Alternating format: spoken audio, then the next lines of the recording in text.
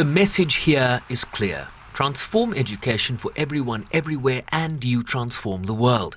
With the UN chief telling this audience that the pandemic has had a devastating impact on learning worldwide and dealt a hammer blow to progress on SDG 4, which is quality education.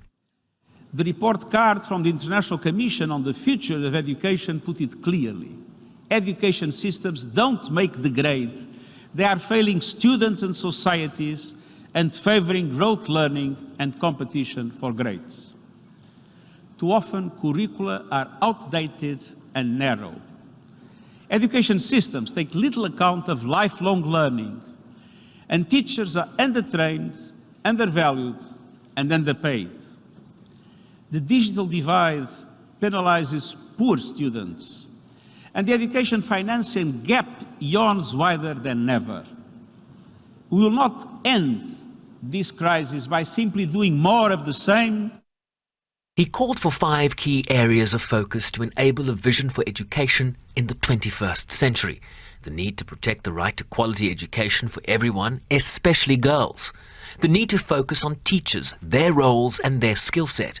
For schools to be safe, healthy spaces without violence and intimidation. The urgency of the digital revolution that must benefit all learners. And then the question of finance. Protecting education budgets and where spending translates into better learning outcomes. The international financial institutions must provide resources to developing countries and allow them budgetary flexibility so that they are able to invest.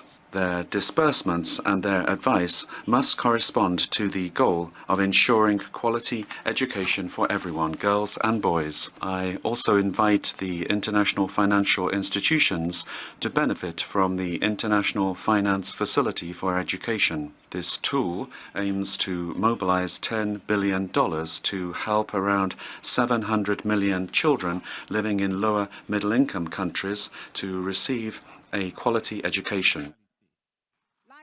This Ugandan climate activist sees a clear link between climate mitigation and adaptation and quality education. While all children need support in order to access education, the climate crisis disproportionately affects girls. Closing the gender gap in education can help countries better adapt to the climate crisis and decrease the rate and the impacts of climate change. While this Nobel Peace Laureate has been at the forefront of education activism since before she was shot in a failed assassination attempt by a Taliban gunman in 2012.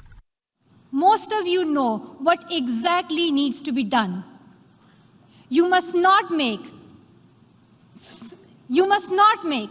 small, stingy, and short-term pledges, but commit to uphold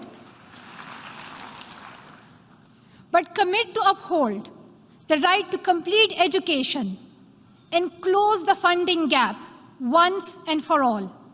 You must use the power you have to take action. Basic Education Minister Angie Motshekga is expected to provide South Africa's country statement to the summit later Monday.